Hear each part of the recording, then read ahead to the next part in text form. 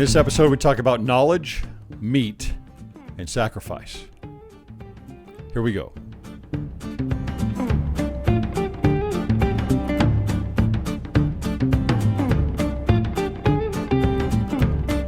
In this episode, we're going to cover 1 Corinthians chapters 8, 9, and 10.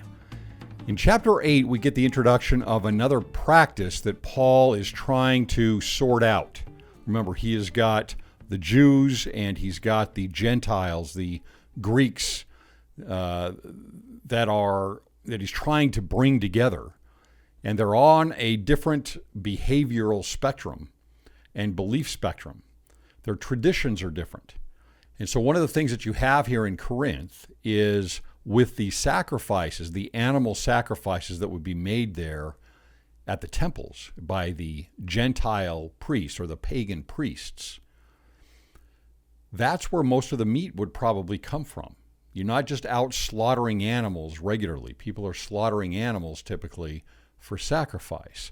And so what would happen is they would bring, the pagans would bring, just like the Jews would do in Jerusalem, they would bring the animal to the temple, and the animal would be slaughtered there by the priests. And then the priests would take some of the meat themselves. And that was kind of how they helped sustain themselves. And then the family would have some of the meat. And then the rest of the meat was typically put out into the marketplace. And maybe the priests would be the ones that were gaining from that. They would be the ones that are actually making the money on this, perhaps. But there's an economic benefit here to actually making the sacrifice. And so that's where a lot of the meat in the marketplace is going to come from. It's from sacrificed animals.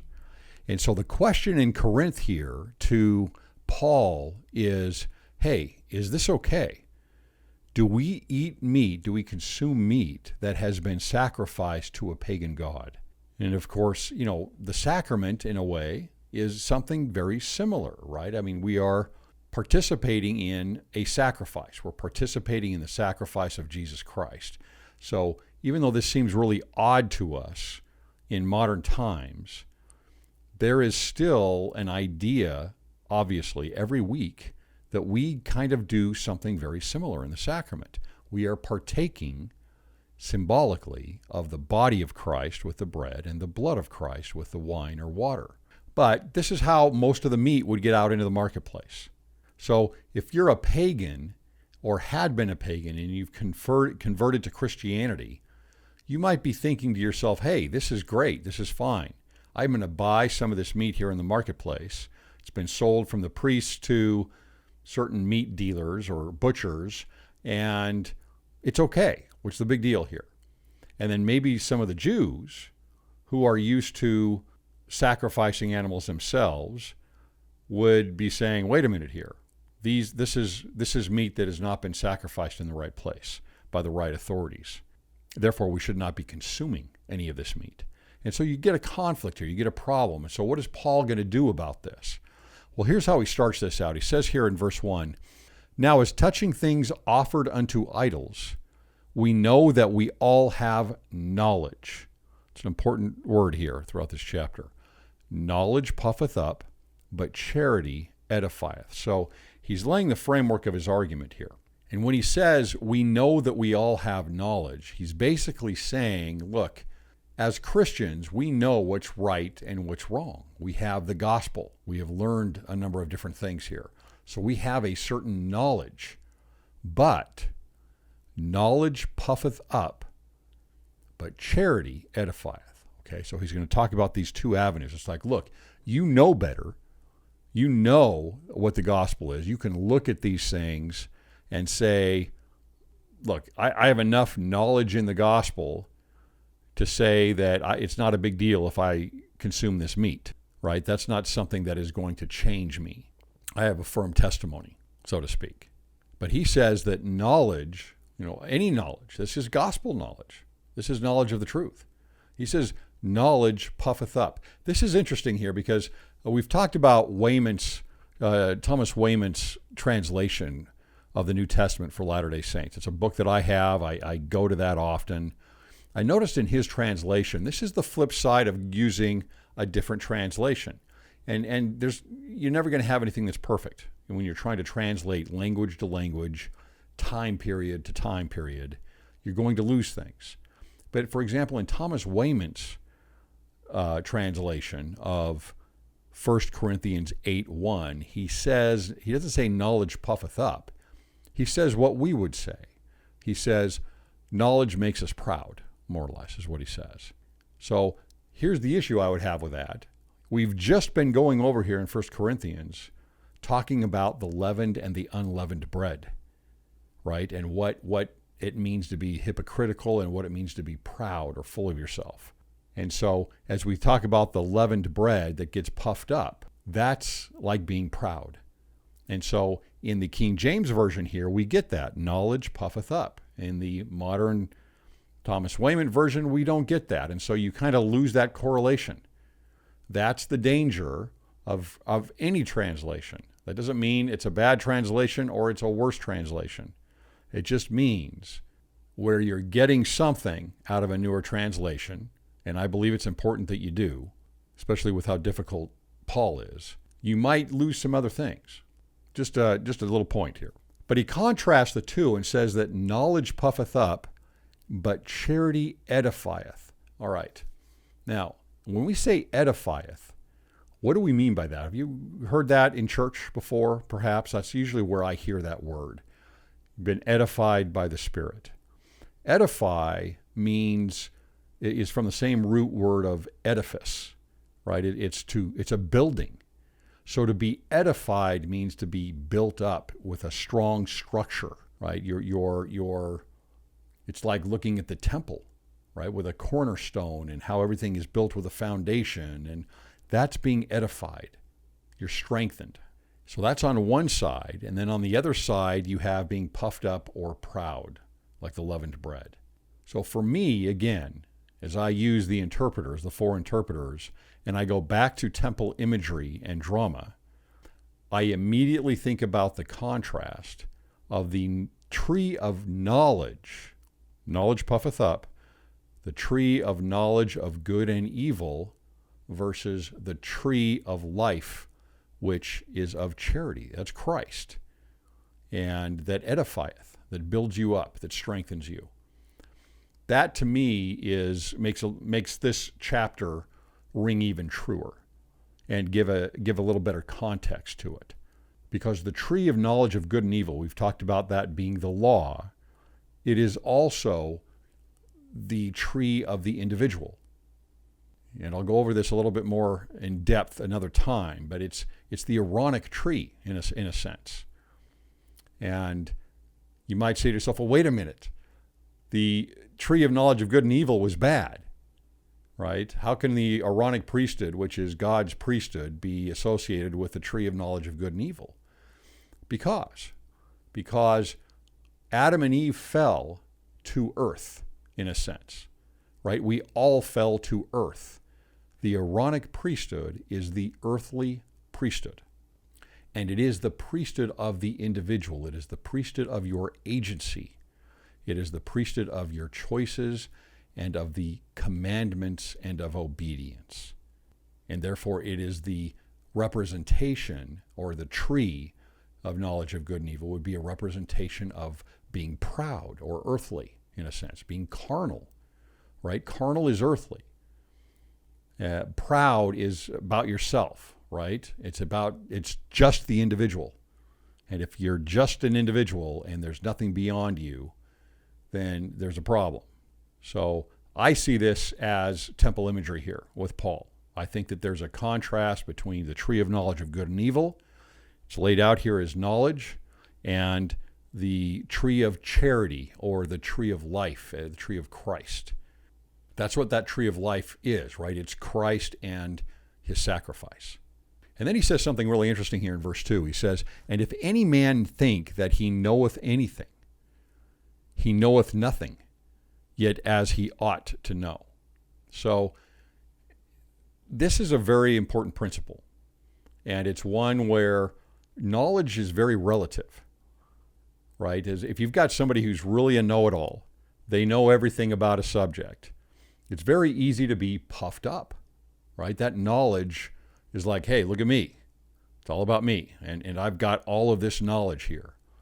But the fact is that knowledge, like everything else, is infinite. And so it's just relative. And we all know that the more we know about something, the more we should realize, at least, that we don't know anything, because the amount of knowledge in any given sector or field is so immense that retaining some humility is pretty important. It's hard in, for example, academia, where they know the most about certain things. But what should be understood is that they really have a better idea, actually, should have a better idea that they don't really know anything. Because the more you know, the more you realize how much you don't know. So, for example, science, if you're talking about the medical field, the more we know right now, the more we can see that we don't know a whole lot, because so many new doors are opened up into biology, for example, and into medicine, into psychology, into evolution, geology, or any other field. And so Paul is saying, look, you may know a lot about something, you may know a lot about the gospel, and you're able to firm up a testimony based off of that, but realize that the more you know, the more you should realize that you don't know, because knowledge too easily is going to just puff you up. And then he comes back and contrasts that knowledge with love again and says in verse 3, but if any man love God, the same is known of him. So in other words, love saves the day much more than knowledge does. And he's going to back that up and give us his reasoning for this contrast. Then he goes off on a little bit of a tangent here, and he talks about there being just one God, right? At the end of verse 4, he says, and that there is none other God but one, right? This would be a mainstream Christian argument, that there is just one God. But here's how he follows this up here. He says in verse 5, for though there be that are called gods, whether in heaven or in earth. Who's he talking about? As there be gods many and lords many, but to us there is but one God. So we can look at that in a lot of different ways. And from a more Latter-day Saint point of view, we would see that as a cosmology of infinite hierarchy, of spiritual nobility, of spiritual royalty, that the heavens are full of individuals, but that to us there is just one God. And he comes in and backs that up by giving us the idea that there are two different beings. He says in verse 6, but to us there is but one God, the Father. So he calls the Father God, of whom are all things, and we in him, and one Lord Jesus Christ, by whom are all things, and we by him. So this is where we get in Greek, the term God here is theos. And the term Lord here is what we've talked about before with Paul on his road to Emmaus, with Kyrios or Kyrios. This is Jehovah. This is the term that is oftentimes used for Jehovah and has been used in the Old Testament for Jehovah in the translations by the Jews that were put into Greek. And then he comes back and he talks about this meat again, and he says, look, there are different members of the church on different levels of knowledge and testimony. And for those that are stronger and have a greater knowledge, don't be puffed up about this, but take on responsibility in helping those that may not have the same knowledge. In other words, some may feel threatened by some that might be eating the meat that is sacrificed to the gods. And so the important thing here is to look at the two things. It's not a big deal that you know better. What's important is your charity. What's important is how are you giving an example or putting your arm around those that might be weaker in their testimony or have less of a knowledge. Don't raise yourself up because of your strengths, but lower yourselves to those that don't have as much strength in that area or idea of covenant, and be an example and someone who lifts them up. And he concludes that thought in the last two verses here. In verse 12, he says, "But when ye sin so against the brethren," what he's talking about here is members, not the apostles. He's talking about members of the church. "And wound their weak conscience, ye sin against Christ." So if you're playing with this idea with the meat that's sacrificed to idols, to pagan gods, because you just don't think it's a big deal, and maybe it's not, but if there are those that are threatened by it, how should you act? You have a responsibility here, he says. "Wherefore, if meat make my brother to offend, I will eat no flesh while the world standeth, lest I make my brother to offend." So he's saying, basically, he's using the rule of being an example to those around you, or doing something that will help strengthen other members of the church, even though it may not be that important to you personally.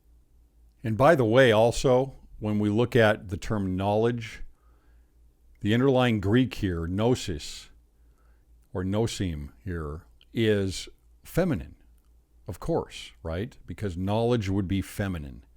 Who partakes of the tree of the knowledge of good and evil first? Remember, to the Greeks, it is who is wisdom? It's Athena. And who is Sophia? That's where we get the term sophisticated from wisdom. These are female characteristics, female goddesses that would be tied to knowledge, just like Eve. And then in chapter 9, Paul continues with this theme of meat and talking about also his body, or a body, something he talks about a lot in the epistles. And he talks about kind of the right of a spiritual leader, that if that spiritual leader is imparting spiritual things, that they would receive carnal things in return. For example, food and lodging. And he says basically that's kind of their right to do that, but that he turns it down. He asks the question here in verse 11. He says, "If we have sown unto you spiritual things, is it a great thing if we shall reap your carnal things? If others be partakers of this power over you, are not we rather? Nevertheless, we have not used this power, but suffer all things lest we should hinder the gospel of Christ." So Paul, the last thing that he wants is priestcraft, right? Priestcraft is where, in the Book of Mormon, we're told that if priestcraft were to ever take over, it would be the end of the church. Priestcraft is basically saying that the priesthood, in its hierarchical structure, is going to be completely based off of a physical economy, an earthly economy. And so he wants to make this point to everyone that, look, I could get these things. I should maybe even get some of these things. I should be supported somewhat by the membership of the church. I should be helped out. But he says the following in verse 15, "I have used none of these things, neither have I written these things, that it should be so done unto me. For it were better for me to die than that any man should make my glorying void." So in other words, who does he glory? He glories Jesus Christ. He doesn't ever want there to be the stigma placed upon him that he was doing this for his own gain, for his own profit. That's not always what we see out in the world these days, right? And he follows up here in verse 16, "For though I preach the gospel, I have nothing to glory of. For necessity is laid upon me, yea, woe is unto me if I preach not the gospel." In other words, that's all he's about. And then in 17, I really like this. He says, "For if I do this thing willingly, I have a reward. But if against my will, a dispensation of the gospel is committed unto me." Or rather, when we say dispensation here, what we'd be talking about is the responsibility of the gospel. He's holding on to the responsibility that he has as an apostle, as a servant of God. And that's all that matters to him. And in 19, a very good principle. "For though I be free from all men," what does he mean by that?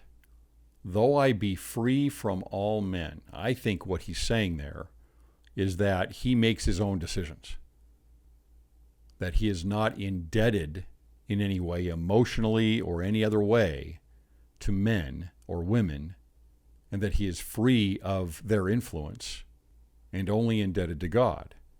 So he's free of all men, yet have I made myself servant unto all, that I might gain the more. So I don't owe anybody anything, but I'm serving everybody anyway. I'm still their servant. Again, the greatest among you is the least among you.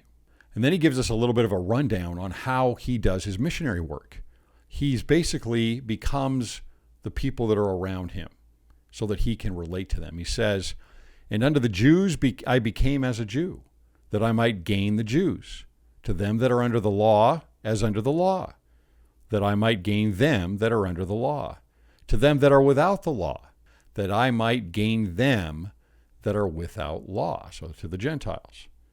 To the weak became I as weak, that I might gain the weak.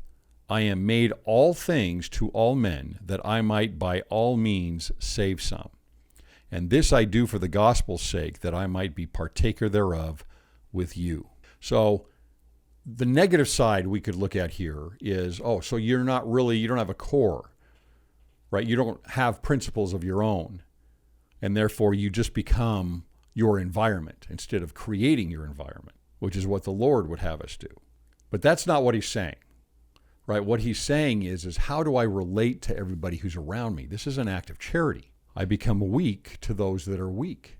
So we might think of ourselves as what he does is he puts himself at that person's level. And when you think about somebody that does that, think of the prophet when he goes around and he meets with people from different parts of the world, or somebody who really cares about people. That's what they do. They relate to the individuals, to the people, on their terms. One of the most important things I learned when I was on my mission in Mexico was to be a Mexican, right? That was the most important thing, because once I could do that, once I could steep myself in their culture and try and feel like I was one of them, then things kind of started to fall into place. There's a higher level of trust. There are more doors that are opened.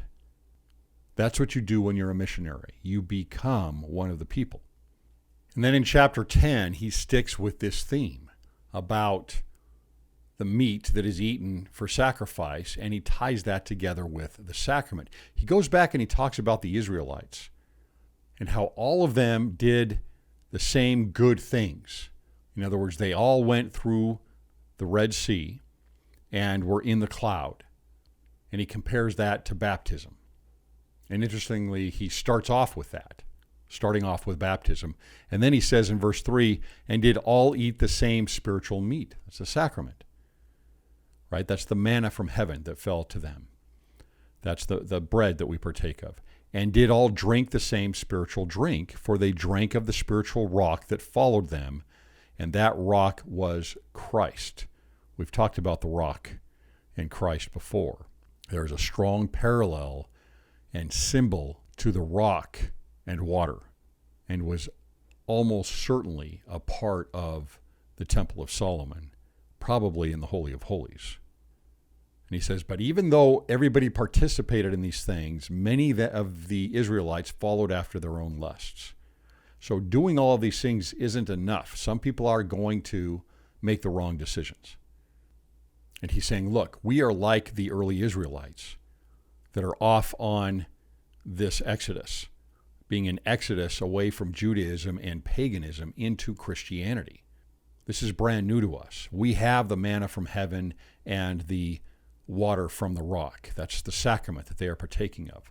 That is renewing their covenants based on the sacrifice of Jesus Christ. But that they need to look back and remember, as we do in the sacrament, right? Remember in the sacrament prayers. Go back and look at the Israelites and remember what the Lord did for them, just like Nephi says to Laman and Lemuel, so that we don't fall away also, like so many of the Israelites did. Then he says something really interesting here, and this is where we see an entrance of Paul's kind of his idea of the Nehor principle that I talk about. He says here in verse 9, neither let us tempt Christ, as some of them also tempted. So he's talking about the Israelites tempting Christ. As some of them also tempted and were destroyed of serpents. Remember, if you've watched or listened to the episode on the Nehor principle, parts 1 and 2, on this podcast, then you know that I refer a lot to, throughout the whole series actually, to the Nehushtan, or the brazen serpent. The Gospels refer to this all the time. They allude to it constantly. And here Paul is bringing this up. And he's saying, don't tempt Christ like the Israelites tempted Christ, right? So he is putting that parallelism together here of the brazen serpent as being Christ, and saying that the Israelites knew that that was Christ. They knew that that brazen serpent represented the Messiah. I think that's fascinating. It isn't talked about enough here. And as he's warning them about what the Israelites did and their pitfalls, he says this, which is really important for us.